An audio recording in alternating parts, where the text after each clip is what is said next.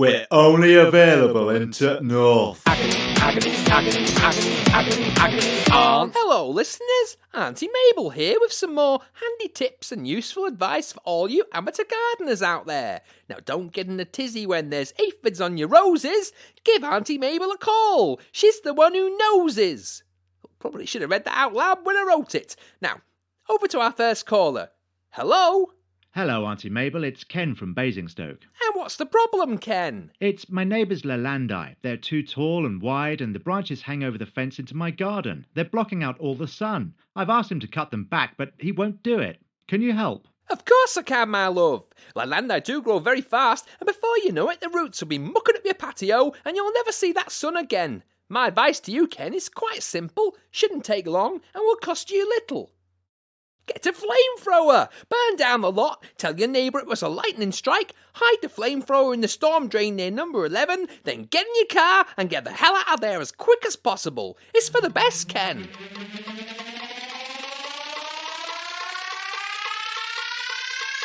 Welcome to Cat Noir, Season 2. Written and performed by Matt Sanders and Kevin Childers. This week's episode can be supersized for only 40 of your English pence. I have my eyes closed. I'm thinking of times past and how far away they seem to where I am now. I don't know where I am. I'm lost. I only went out for a loaf of bread. I think someone's following me, but it turns out to be my past catching up with me. I'm in trouble. I owe myself £10 and I haven't got my wallet on me. Still, I can always pay them tomorrow. When it's tomorrow. I'm always watching. When I don't have my eyes shut. It's not 3:33 a.m. I'm joined this evening by eminent cameraman and cinematographer Artie Fluff OBE, a man whose films quite literally span for decades, from the 40s through to the 50s, the 60s, and even the 70s.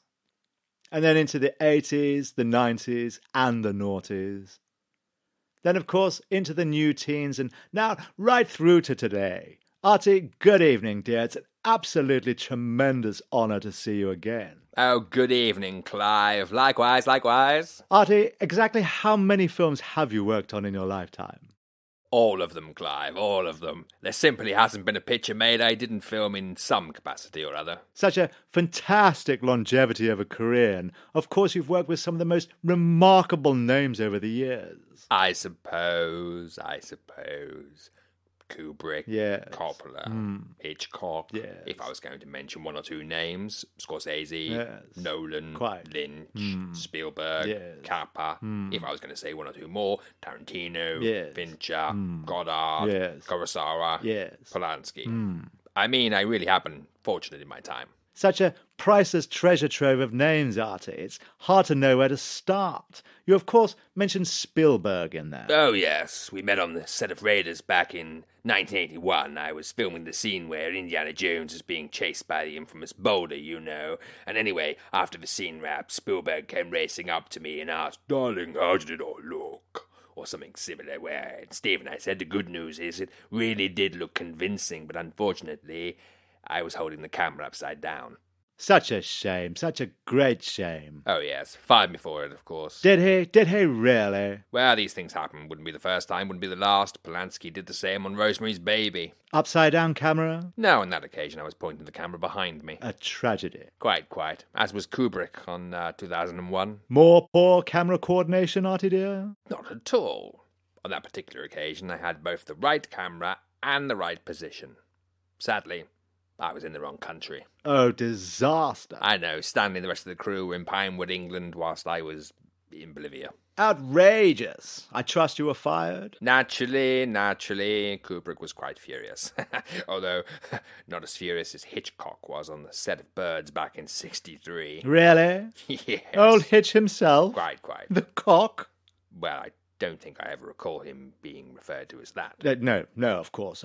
Well, what happened? Well, we were filming the sequence by the criming frame, you see. Hitchcock yelled, "Action!" And all these birds were set loose, you know, hundreds of them all flying around. causing all kinds of nuisance and bother. How unpleasant. But of course old Hitch was loving it, shouting, "Toss in more birds, I say," or words to that effect anyway. I remember looking over my right shoulder as an enormous bird swooped by close to me. It was a heron, I think. Oh, wonderful callback. Well, as I looked over my shoulder, blow me, wouldn't you know it, I realised I wasn't even holding a camera. Catastrophe. And slap bang in the middle of such a pivotal scene. Whatever were you trying to film with? My toaster. Ah. I remember being late for work a lot during that shoot. Must have picked up the wrong blessed item in the kitchen when I hurried out of the door. Happens to the best of us, Artie. Well, that's not how Hitchcock saw it. Did he fire you? Naturally. As did Burton, Yes. Anderson, Cameron, Quite. Carpenter, Yes. Lee, Yes. Scott, Mm. Wells, Yes. Allen, Yes. Lynch, Well, he would, of course. Lucas, Yes. Del Toro, Yes. Leone, Mm. Fellini, Yes. Jackson, Quite. Cohen, Right. Bergman, Wilder, Yes. De Palma, Well, one would expect so. Aronofsky, Yes. Bigelow, Yes. Howard, Mm. Soderbergh, Yes. Stone, Quite. Lang, Jones, Yes. Boyle, Yes. Brooks. Artie, tell me, dear, have you ever completed a single film? Well, it's just as Christopher Nolan said on the set of Inception. Is one making a film here or merely burying penguins? And which was it? I haven't the faintest idea, Clive. I got distracted filming ducks. Ah, yes, of course. I trust Nolan fired you? He did. As did Shyamalan, Yes. Ford, Yes. Hawks, Hmm. Keaton, Yes. Hellstrom, Quite. Friedkin, Hmm. Houston, Yes. Benelli, Perfectly reasonable. Powell, Yes. Raimi, Yes. Genet, Yes. Donner, Quite. Fulci, Yes. Peckinpah, Hmm. Herzog, Yes. Demi, Yes. Talty. So, Artie, have you ever completed a full film? Well, it's an interesting question, Clive, dear. An interesting question. I would say, on the whole, no. Unless, of course, you count the film I'm making right now. Oh, how very guerrilla. You're filming at this very moment? Correct, yes. With this camera right here. Ah. Artie, dear, that's a lemon meringue pie. Is it? Well, in that case, no. Never completed a film at all. Fancy a slice? Previously on Duke Rendor. Aye, Duke Rendor have returned from the future to warn you. You're a bit late. Buggers, this new watch. Sorry, guys, I'll try again. Aye, Duke Rendor have returned from the future to... Really? Is this time travel device? Where am I? Is this Chernobyl? No, Lancashire. It can still be Saturday if you want it to be. Trust me. I have a special assignment for you. Oh, okay, what is it? Need to know basis, Render. Need to know. I programmed the devices you requested. Duke won't get hurt, will he?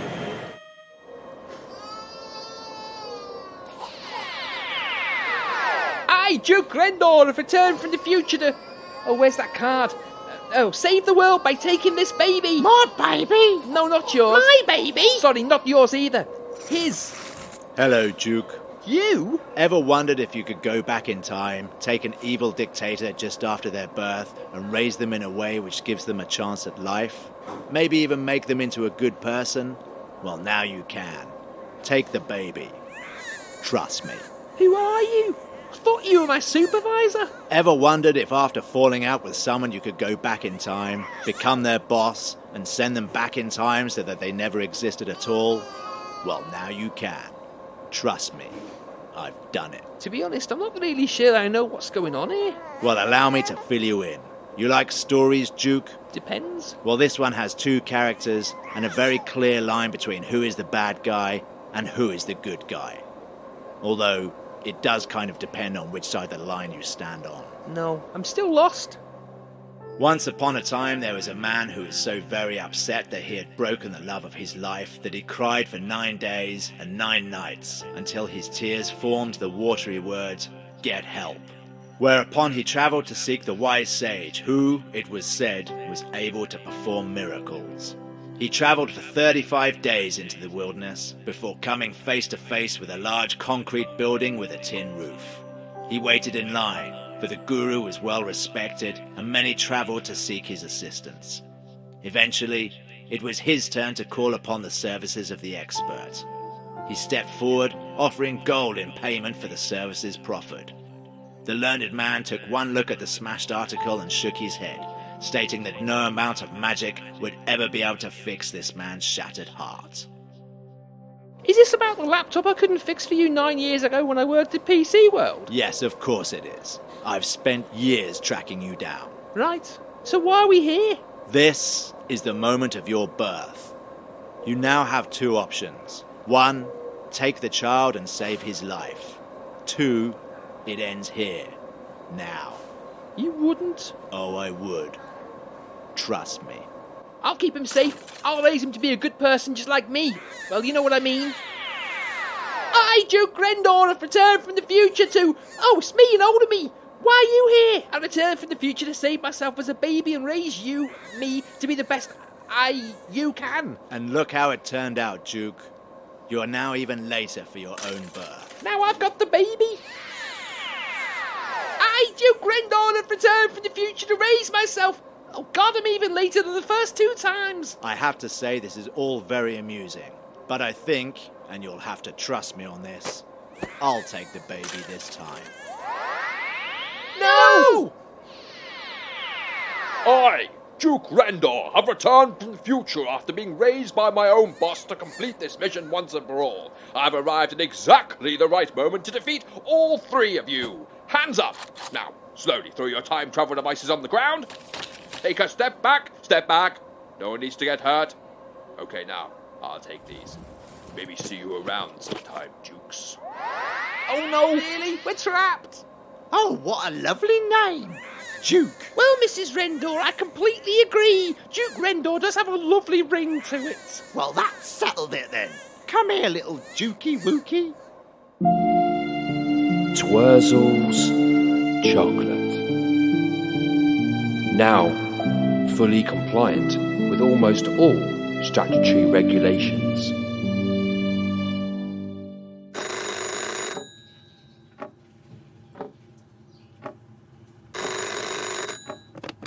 Oh, hello. Is that Lionel Belchington-Jones? That's right, sir. How can I help? Well, I saw an advertisement for the School for the Gifted, and I thought I might like to enrol. Splendid, sir. I can help you get started with an application right away.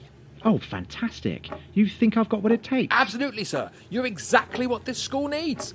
Really? Completely, sir. You're articulate, obviously refined, intelligent, and you're keen. You see an advert for the School for the Gifted, you just go right ahead and apply, sir. Kudos to you. There's just one small issue, though. Oh? You've actually come through to the School of Lies, sir. Not a single thing I've told you today has been truthful. Not one. I've never even heard of a Lionel Belchington-Jones, sir. It's an utterly ridiculous name. Oh, I'm terribly sorry. I even faked the burp, sir. Nothing about our exchange here has been genuine. Well, then, would you mind transferring me through to the School for the Gifted? You want me, a person who works at the School of Lies, to transfer you through to the School for the Gifted? Yes, please. If you wouldn't mind. Very well, sir. Transferring you now, if you'd just like to hold. For the naked, muscular Austrian man who arrived earlier this afternoon in a lightning-charged bubble, you wish to be alerted when a second naked man arrived via similar means. Please be advised he has now done so and is looking very angry. Kindly come and collect him from the reception desk. Thank you.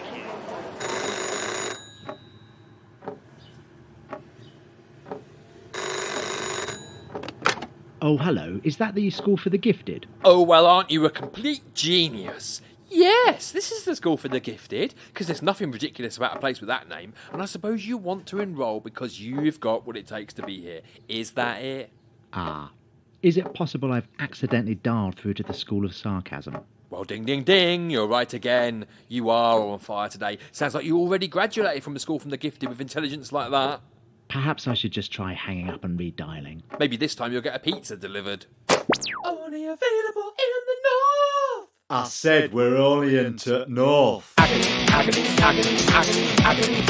Aunt. Hello, listeners. Auntie Mabel here again with advice and support for all you amateur gardeners. I've got a caller ready, so let's hear what's got them so fired up this morning. Hello. Hello, Auntie Mabel. It's Martin. Martin from Basingstoke. Hello, Martin. How's the pond coming along? Oh, it's nearly done, thanks. Just putting the finishing touches to a little rockery in the corner near the Lelandai. Trouble is, some ducks have taken over the area and won't let me near. hissing at me to stay away. I don't know what to do. Nature's so amazing, Martin. Unless it's stopping you from maintaining your garden. There's a little trick we have in the industry for ensuring ducks don't become the boss of your private garden pond. Now wait till they go to sleep tonight, then plant dynamite under the rockery, blow them to kingdom come, deny all knowledge, tell the papers you have a sinkhole, then get in your car and get the hell out of there as quick as possible. It's for the best, my love.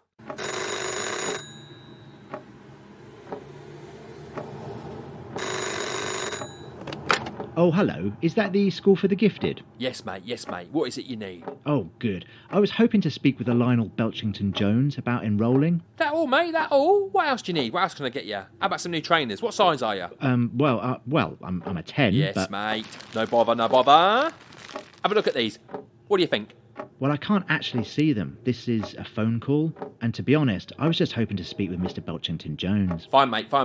No bother. I'll put you through to him. 25 quid. Excuse me? 25 quid to you, boss. We've got to do this quick because there's old Bill around. I see. Is it at all possible I've inadvertently gotten through to the School of Shady Deals? Where, mate? I never heard of such a place. That's ridiculous. Don't tell anyone. Don't call again. Will the owner of a Scarlet Red 1958 Plymouth Fury please come to the front desk? That's the owner of a 1958 Plymouth Fury. Your car has been attacking people and playing non-stop golden oldies, so we've had it clamped. Thank you.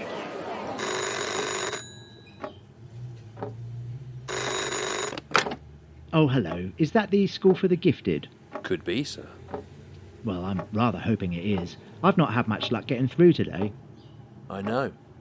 I've been paying attention. 3 failed phone applications so far. Not the most prestigious start to the enrolment process, sir. No, I agree. Wait, how do you know I've accidentally called 3 other schools? Brace yourself, sir. This is the school of the reality check. Oh, great. Another failed attempt. Interesting. You consider a reality check to be a failure then, sir? Well, I'm on my 4th phone call, and I'm still not getting through to the School for the Gifted. Perhaps you weren't unlucky at all, sir. Perhaps it was fate that's guided you here to the school of the reality check. You see, sir, if you read that newspaper advertisement one more time, you might notice that there was never a school for the gifted. What? If you examine that article just a little closer, sir, you'll see the advert was actually for the school for gift wrapping. That's ridiculous. Let me see for myself. Here we are then, page 35. Have you ever thought about applying to... Oh, the school for gift wrapping. Oh yeah, it does say that. And I think if you check the name of the enrolment coordinator, sir, you might also find that Mr. Lionel Belchington-Jones doesn't even exist. Oh yeah, enrolment coordinator, Ms. Natasha Blackstone-Smythe. Oh man, how could I get it so wrong?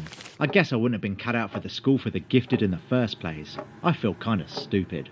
Not to worry, sir. It might seem a harsh lesson to fail 4 times at enrolling in a school that doesn't even exist, but I think you may have just graduated from the school of the reality check. Congratulations, sir. Goodbye.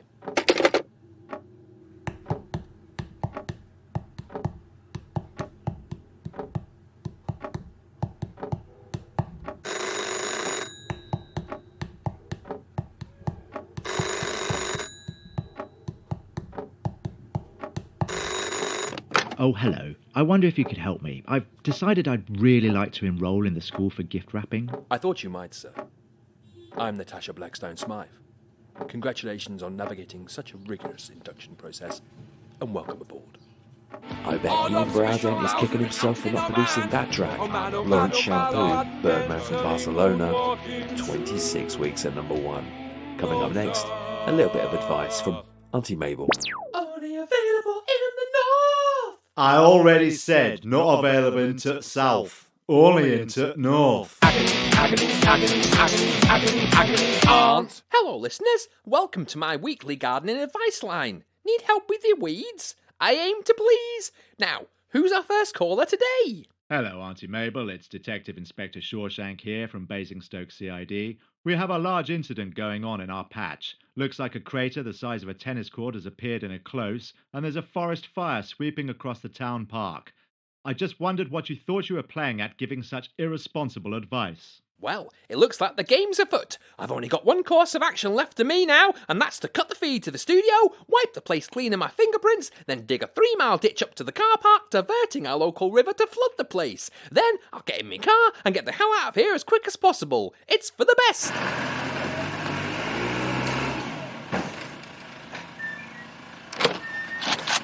Auntie Mabel, you have the right to remain silent. Anything you say will...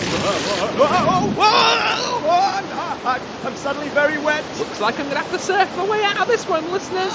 Goodbye. See you all again soon. I'm being carried away. Oh no.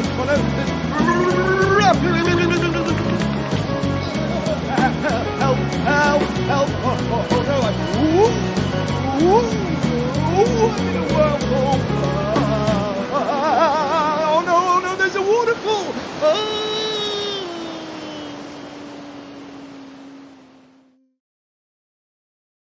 Splash.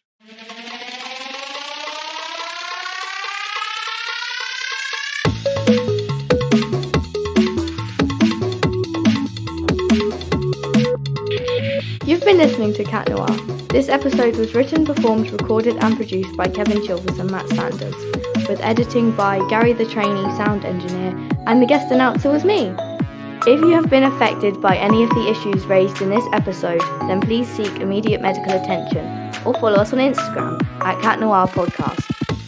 The Cat Noir podcast is sponsored by Zapsplat.com. It's where we get nearly all of our sound effects from.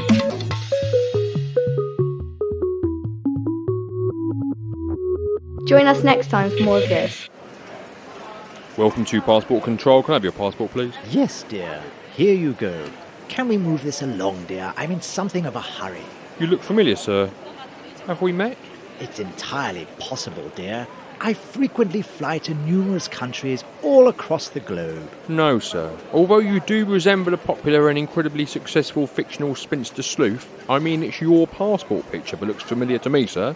How absurd, dear. I can assure you, good sir, that neither I nor any other incarnations of me used within this podcast have anything remotely to do with Agatha Christie. That's a curious response, sir. If you are who you say you are, even though you haven't actually said who you are or who you aren't, tell me this. What's your middle name? Well, I have it right here. Without looking at the passport, sir? All right, dear. I don't have a middle name. If this really is your passport, sir, then I think we all know your middle name is Ian. I'm afraid you're going to have to come with me. What? Help! I'm being apprehended. Oh, dear, oh, dear, oh, dear.